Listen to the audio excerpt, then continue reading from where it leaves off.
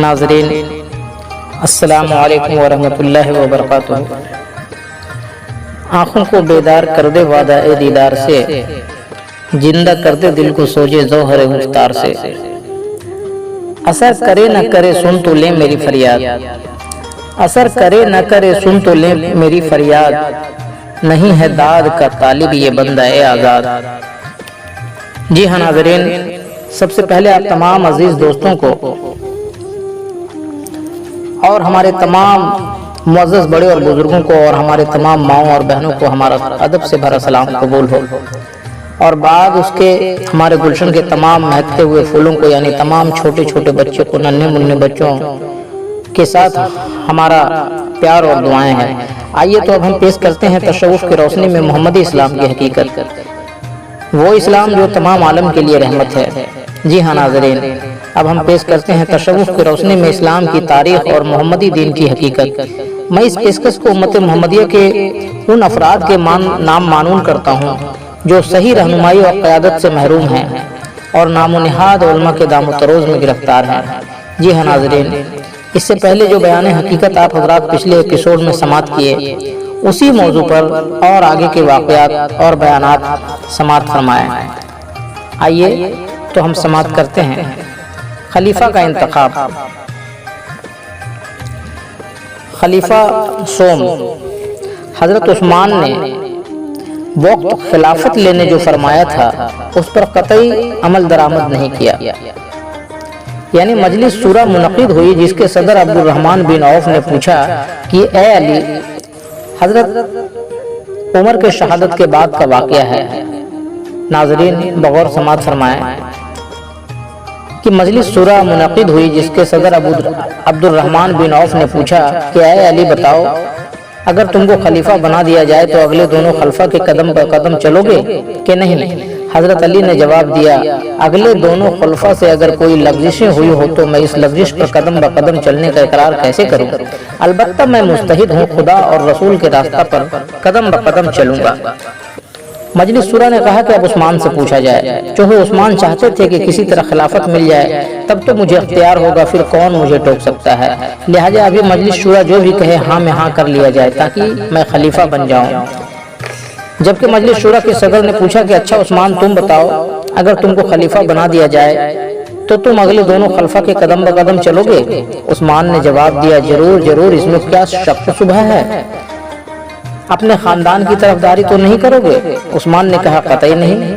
اچھا بتاؤ، خدا اور رسول کی پوری احکام کی پابندی کرو گے؟ عثمان نے جواب دیا، بھلا یہ کوئی کہنے کی بات ہے؟ مجلس شورا نے حضرت علی اور عثمان کے جواب میں عثمان کے جواب کو افضل سمجھا اور فوراً اعلان کر دیا کہ عثمان کو خلیفہ بنانا بہتر ہے، اور حضرت علی نے بھی تائید کر دی۔ عثمان خلیفہ بن گئے۔ ابو سفیان بھی ابھی زندہ ہے۔ سارے بنو امیہ خوش ہو گئے کہ خیر جو بھی ہو خلافت بنو امیہ میں آ گئی۔ ابو سفیان نے مبارکبادی دی اور کہا کہ عثمان تم خلیفہ بن گئے، اب خلافت کو گیند کی طرح جدھر چاہو لے جاؤ، تمہیں پورا اختیار ہے، بنو امیہ کے ذریعے اس کی بنیادوں کو مضبوط کر دو کیونکہ یہ سلطنت ہے۔ حضرت عثمان نے وقت خلافت لینے جو فرمایا اس پر قطعی عمل درآمد نہیں کیا، اگلے دونوں خلفاء کے قدم بقدم چلیں گے، مگر ہوا کیا غور فرماویں۔ چونکہ حضور کے وقت مروان نے قرآن میں تفریق ڈالنے کی کوشش کی تھی اور نبوت کا مزاحیہ ڈرامہ کھیلتا تھا۔ حضور نے جب یہ سنا تو اس قصور میں مدینہ سے سحر بدر کر دیا، تب وہ طائف میں رہنے لگا۔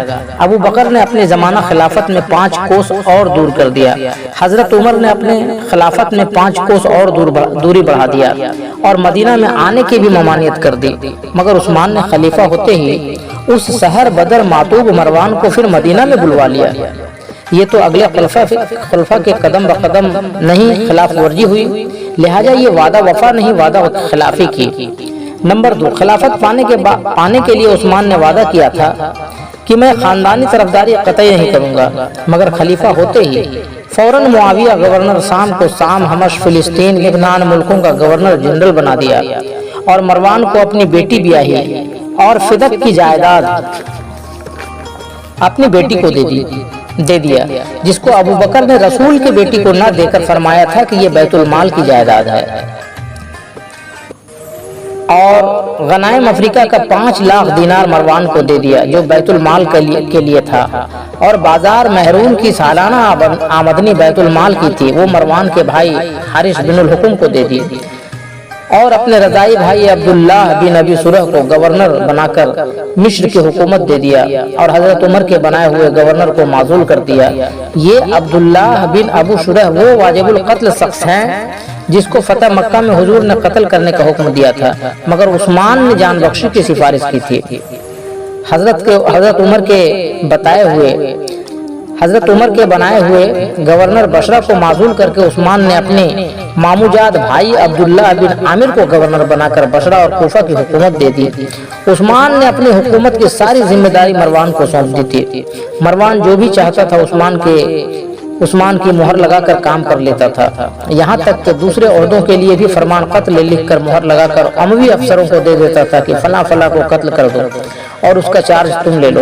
پس خلافت لینے کے لیے ضرور کہہ دیا تھا کہ میں خاندانی طرفداری نہیں کروں گا، مگر عثمان نے وہی سب کیا جو ابو سفیان نے مشورہ دیا کہ بنو امیہ کے ذریعے سلطنت مضبوط کر لو، خدا اور رسول کے احکام کی پابندی کروں گا، یہ بھی وعدہ کیا تھا۔ مگر عثمان کو جب یقین ہو گیا کہ بنو امیہ کے ذریعے ہماری خلافت مضبوط ہو چکی ہے، جبکہ ابو سفیان بھی مر چکا، تو عثمان نے مذہب کی طرف دھیان دیا، جبکہ قرآن میں تفریق ڈالنے والا مروان داماد خلیفہ بن کر وزیر اعظم کے عہدہ پر معمور ہے۔ شہر بدر کا اب کوئی خطرہ نہیں اور عثمان کے نام اور مہر سے وہ اپنی حکومت کر رہا ہے۔ پس عثمان کے نام سے حکم صادر ہوا کہ ہم قرآن پر نظر ثانی اصلاح کر کے کتابی شکل دیں گے، لہٰذا جن صحابیوں کے پاس قرآنی نسخے موجود ہیں وہ سب لا کر ہمارے پاس جمع کیے جائیں۔ اس حکم سے 28 قرآنی نسخے جمع ہوئے۔ عثمان نے کل نسخوں کا معائنہ کیا، اس میں ایک نسخہ پسند کیا، اس کو رکھ لیا، باقی سب نسخوں کو آگ میں جلوا دیا، اور جب قرآن کتابی شکل میں بن گئی اس میں 80 آیتوں کو منسوخ کر دیا، جس پر حضرت عبداللہ بن مسعود نے اعتراض کیا کہ من کنت مولا فعلی مولا بھی خدا کا کلام ہے، اور مدینہ حرم ہے یہ بھی خدا کا کلام ہے، جس کو عثمان نے منسوخ کر دیا، قرآن میں نہیں لکھا گیا، اور چند آیت جو قرآن کی آیت نہیں ہے اس کو قرآن میں لکھ دیا گیا۔ اس انکشاف حقیقت پر حضرت عبداللہ بن مسعود پر حکم لگا دیا کہ یہ منافق ہیں، اس کی ٹانگ پکڑ کر کھینچائی کی جائے۔ اس کھینچائی سے ان کی پسلی کی 2 ہڈیاں ٹوٹ گئی۔ اس سختی سے قبیلہ بنو حزیل عثمان سے منحرف ہو گئے۔ چونکہ حضور صلی اللہ علیہ وسلم مسجد نبوی کے منبر پر خطبہ فرماتے تھے، حضرت ابوبکر اس سے نیچے سیڑھی پر اور حضرت عمر اس سے نیچے سیڑھی پر خطبہ فرمایا کرتے تھے، مگر عثمان حضور کی جگہ منبر پر خطبہ شروع کیے، جس پر حضرت ابو ذر غفاری نے کہا کہ حضور کی سیٹ پر نہیں بیٹھ سکتے یا خطبہ نہیں کرنا چاہیے، اس لیے حضرت ابو ذر غفاری کے ساتھ نارو برتاؤ کیا اور مسجد نبوی سے نکال کر شہر بدر کر دیا، اور اپنے چچیرے بھائی ولید بن عقبہ جو سرابی تھا، جس کو گورنر بنا کر مسجد نبوی کا پیش امام بنا دیا، وہ شراب پیے ہوئے امامت کرتا تھا اور سجدے میں زور زور سے 3 بار کہتا تھا، پی اور مجھے بھی پلا، پی اور مجھے بھی پلا، گویا سبحان ربی اعلیٰ کا یہ ترجمہ تھا۔ ولید بن عقبہ کو حضور نے جہنمی ہونے کی خبر دی تھی، جس کو عثمان نے امام المسلمین بنا دیا، گویا عثمان کی خلافت میں اس طرح خدا اور رسول کے احکام کی پابندی کی گئی۔ تبصرہ: چونکہ عثمان ابو سفیان کے خیالوں سے متاثر ہو چکے تھے کہ بنو امیہ کے ذریعے سلطنت کی بنیادوں کو مضبوط کر لیا جائے، اس لیے وہ چاہتے تھے کہ خلافت کے سیاسی و مذہبی ہر عہدوں پر بنو امیہ ہی مقرر ہو جائیں۔ اسی منصوبہ کے تحت واجب القتل اور لعنت یافتہ لوگوں کو بھی گورنر کے عہدوں پر تعینات کر دیا، اور ایک سرابی کو مسجد نبوی میں پیش امام بنا دیا، تاکہ دین و دنیا دونوں کی خلیفہ ہی رہنمائی کرے، اور چند اصحاب بزرگ جیسے ابو ذر غفاری، عمار یاسر، عبداللہ بن مسعود وغیرہ کو جلیل و رسوا کرنے لگے، جس سے عزت و آبرو بچانے والے تھر تھر کانپ رہے تھے۔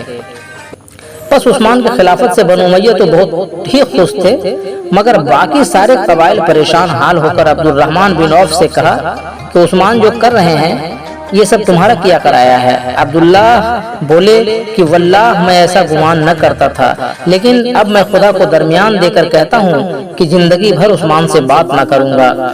تاریخ ابن جریر طبری میں ہے کہ ایک روز عثمان